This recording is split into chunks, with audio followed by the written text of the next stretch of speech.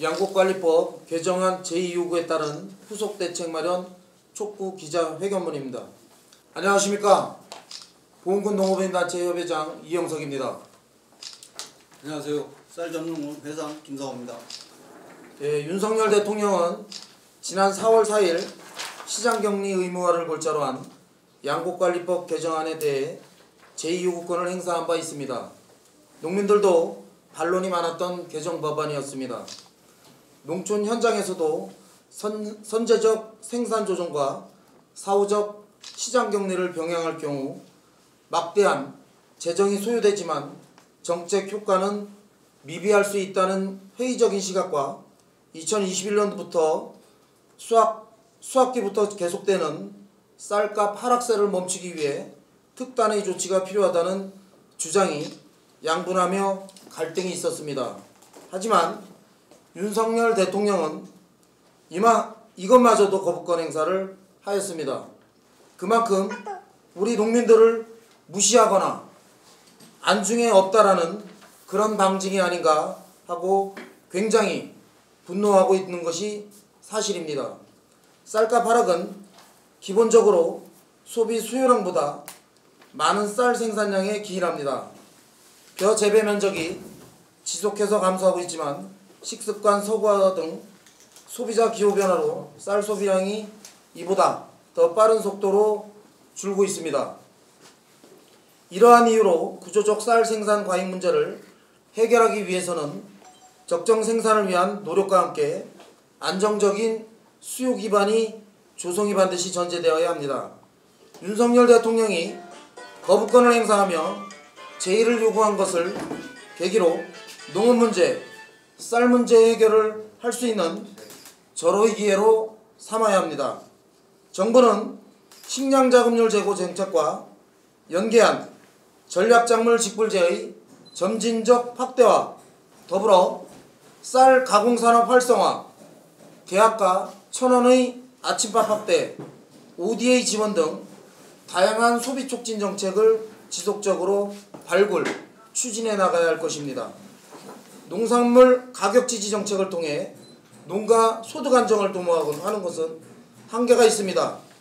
실제로 2021년 농림어업 조사 결과에 따르면 전체 농가 103만 1000가구의 73.2%에 달하는 75만 5천 가구의 경지 규모가 1헥타르 미만으로 나타났습니다. 반면 2022년 논벼 생산비 조사 결과 지난해 농가가 벼를 재배하여 벌어들인 순수익은 1헥타르당 370만 2,750원에 불과합니다. 따라서 영세, 소농가를 비롯한 쌀농가의 소득 안정을 보장함과 동시에 우량농지 보존을 통한 식량 자금률 제고를 위해 소농 직불금, 면적 직불금 등 농업 직불금 단가를 대폭 인상할 필요가 있습니다. 또한 정부가 야심차게 도입한 전략작물 직불제의 경우에도 예산을 대폭 확충해야 합니다. 타작물 전환 시 벼농사보다 더 많은 노동력이 투입되어야 하며 판로 확보에 대한 불안으로 기대했던 것보다 농가 참여가 저조한 실정입니다. 농가 참여율을 높이기 위해서는 앞서 언급한 불안 요소를 해소함과 동시에 소득 증대와 같은 확실한 이점이 있어야 합니다. 따라서 점진적으로 전략 직불제 단가를 인상함과 동시에 밀, 콩, 가루쌀, 조사료 등 대상 품목의 안정적인 판로 확보를 위한 정책 지원이 동반되어야 할 것입니다. 이와 관련해 윤석열 대통령께서는 임기 내 농업직불금 5조 원까지 확충하겠다고 약속한 바 있습니다. 농업직불금 확대, 개편을 통해 농가의 실익 증진을 도모하겠다는 정부의 의지를 확실히 보여줄 수 있도록 내년도 농업직불금 예산을 최소 3조 5천억까지는 확보해 줄 것을 강력히 촉구합니다. 아울러 2023년 수학기 쌀값 하락 시 이러한 논란이 또다시 반복될 수 있는 만큼 시장 격리를 비롯한 모든 수단과 방법을 동원해 신고 가격이 반드시 20만 원대를 회복할 수 있도록 힘써야 하는 것입니다.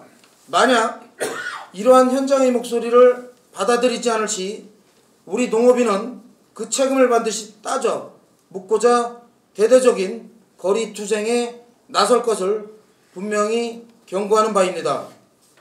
우리의 요구사항 하나, 농업 직불금 예산 대폭 확충하라. 하나, 수확기 쌀값 적정 가격 보장하라.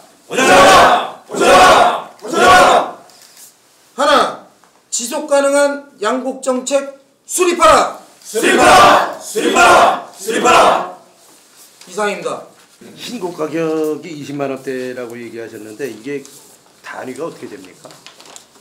쌀 80kg. 80kg겠죠. 예. 지금 한 4, 5만 원 하나요? 아니 17만 원. 17만 원?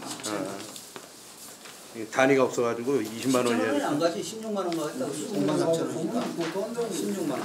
지금 그 기자회견문에서 보시면 뭐 쌀 가공산업 활성화, 계약가 1,000원의 아침밥 확대, ODA 지원 등 뭐 이제 그런 내용을 썼는데요. ODA라고 하면은 우리 연간 40만 8천 톤에 대해서 이제 의무적으로 수입을 하고 있습니다. 현재 작년에 국감에서도 이제 얘기가 나왔던 건데 국내 시장에 반입이 돼서 유통이 된다면은 국내 쌀 가격에도 영향을 미칠 수 있기 때문에 운반 비용, 보관 비용이 지불하지 않게끔 우리나라에 들어오기 전에 해외 원조를 하자, 어떤 뭐 저개발 국가에 지원을 해주자 하는 그런 의미라고 생각을 하시면 되고요. 또 이제 제가 이제 말씀드렸던 우리 소농 직불금도 지금 현재 아까 전에도 말씀드렸다시피 103만 1000가구 중에 75만 5천 가구가 1헥타르 미만입니다. 사실은. 그래서 우리나라 영세농가로 이루어져 있기 때문에 쌀값을 사실 지지를 해줘서 보탬이 된다 해도 이제 우리 대농들에게는 큰 도움이 되겠지만 사실상 소농가들한테는 쌀값이 올라도 크게 도움이 되지 않습니다. 그러다 보니까 쌀 시장 격리나 보관하는데 이제 1조 원 이상 들어간다고 하는데 차라리 그럴 바에는 소농가들에게 1헥타르 미만 직불금이 지금 한 120만 원 정도 지원이 되고 있는데 직불금 단가를 높여주는 것도 오히려 큰 도움이 되지 않을까 그런 생각을 갖고 있고요. 또 하나는 이제 면적 직불금이라고 그래서 이제 농 같은 경우에는 이제 경지 정리가 이제 되어 있다 보니까 농업 진흥 지역 내에 들어가 있는 경우가 많습니다.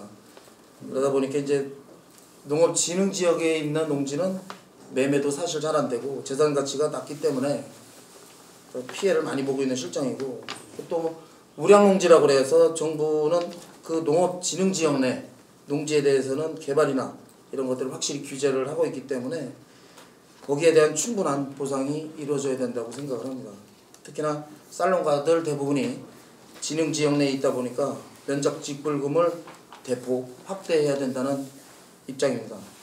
그리고 전략작물 직불제라고 하는 것도 전략작물 직불제에 대해서도 앞으로는 단가를 확실히 높여줘서 그래서 밀, 콩, 가루쌀 뭐 이런 부분에 대해서 단가 인상을 더해서 정부가 수매를 해주던지 아니면 가공산업 활성화의 판로를 명확하게 해주면 좋을 것 같습니다. 그러니까 작년에 쌀 생산하는데 생산 비용이 들어가잖아요. 생산 비용이 이만큼 들어가는데 지금 수매가가 낮기 때문에 생산비에도 오히려 미친다 막 이렇게 표현을 하시고 그러는데 그 생산비를 따졌을 때 우선 뭐 예를 들어서 기준을 1헥타르를 기준으로 한다 그러면은 그 자재 비용 그 뭐죠? 그 기계 농기계 비용 그다음에 또 저기 그 말리는데 뭐 그런 비용이 일반적인 그 생산 비용을 좀 구분해서 말씀을 해주시겠어요? 예를 들어서 1헥타르 쌀 그 벼 재배를 할 경우 벼재배시 혹시 그게 좀 있나요? 산출되는 그러니까 표준가는 아니더라도 이제 보통 이 정도 든다. 아직 계산을 뭐 해갖고는 건 없는데요. 예. 저희가 지금 해보면 대다수가 고령농민들이 농사를 지시는데 네.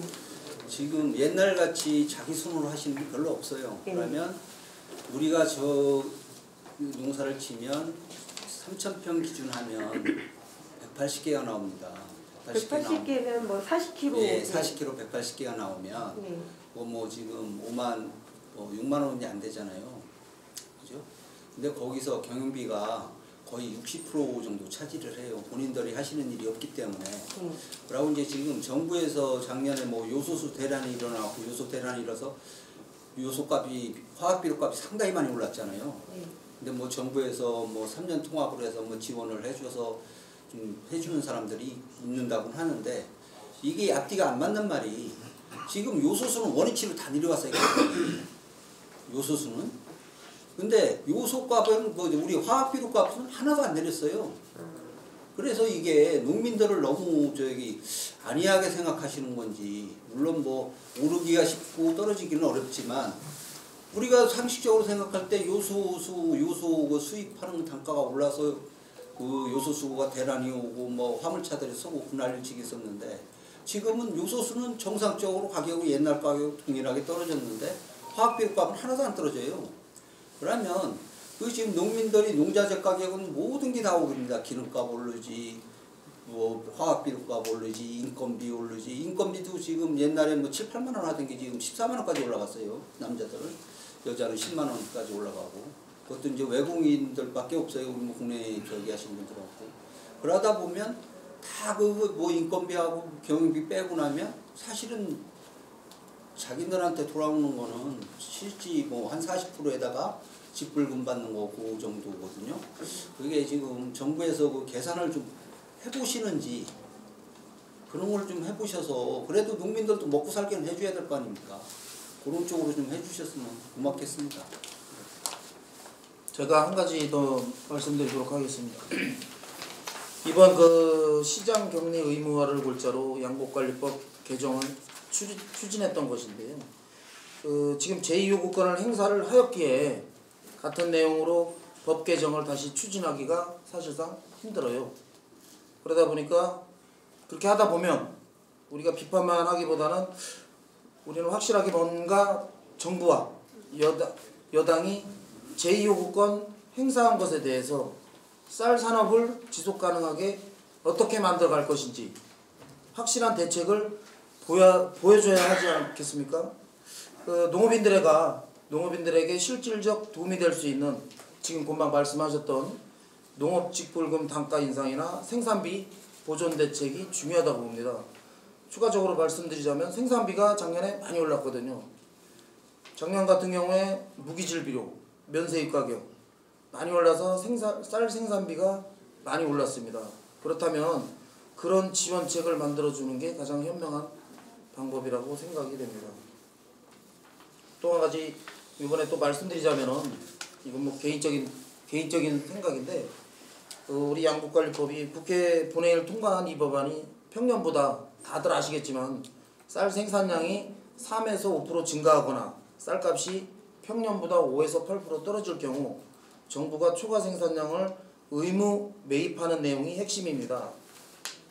근데 대통령은 농촌 발전에도 전혀 도움이 되지 않는 전형적인 포퓰리즘 법안이라면서 시장의 쌀 소비량과 관계없이 남는 쌀을 정부가 막대한 혈세를 들여 모두 사들여야 한다는 남는 쌀 강제 매수법이라고 비판을 했습니다. 사실 미분양 아파트 정부가 사준다고 했는데 쌀값 폭락에는 쌀을 못 사주겠다는 참으로 비정한 우리 윤석열 대통령님. 건설사 사장들은 윤석열의 국민이고 농민은 이 나라 국민이 아닙니까? 농자 천하지대본이라고 했습니다. 이상입니다. 한 가지만 여쭤볼게요. 지금 우리 지역에 3선의 그 국회의원이 계신데 국회 정보위원장하고 운영위원회를 하고 계신데 사실은 우리가 동남 4분이 뭐 계산은 유기농이고 여기는 뭐 대추라든가 농업 또 영동옥전은 과수 그러니까 거의 농업 부분인데 이분이 농해수위에 들어가지를 않아요. 지금 농해수위 지금 상임위는 농해수위고 별도로 정보위원회 활동하는 거니까 농해수위에 그러면 지금 거기 들어가 있어요. 갔다가 일단은 좀 강력하게 그 앞에 여기 사무실이 있습니까? 그 양반? 후원의 아니요. 사무실. 후원의 사무실이 있죠. 사무실은 있어요. 후원의 그러면 사무실이지, 그러니까 그 지역구 사무실은 아니고. 지역구 사무실 뭐 해봐야 여기 소리도 안 들리니까 서울에 가서 한다든지 뭐 자기가 실세라고 얘기를 많이 하시고 하니까 일단 그런 부분의 의사를 좀 농민분들이 확실하게 전달해서 어차피 내년 4월 총선 아닙니까? 예, 이제, 맞습니다. 예, 이분이 농업 정책에 대해서는 난 별로 많이 본 게 없는 것 같아요. 다른 거 물론 건설 교통 분야 뭐 이런 쪽은 뭐 인프라 분야는 했는데 이 부분도 농민분들이 좀 생각을 하셔서 투쟁 방향을 선정하셔야 되지 않겠나. 예, 앞으로 농업인 단체들이 연대를 해서 거리 투쟁도 할 것이고 그리고 그러면 여기 지금 그 경고한다고 그랬잖아요, 지금. 예, 그 이 위에 있는 주장하는 바가 받아들여지지 않을 경우 책임을 묻고 대대적인 거리 투쟁에 나선다고 그랬는데 이게 좀 마지노선 시한이 좀 있는 겁니까? 이게 언제까지 뭐 그 정부의 그 의미 있는 내용을 담은 대책이 발표되지 발표를 하라 이런 뭐 그 중앙단이나 뭐 이런 데서 제시하는 그 저기 있나요?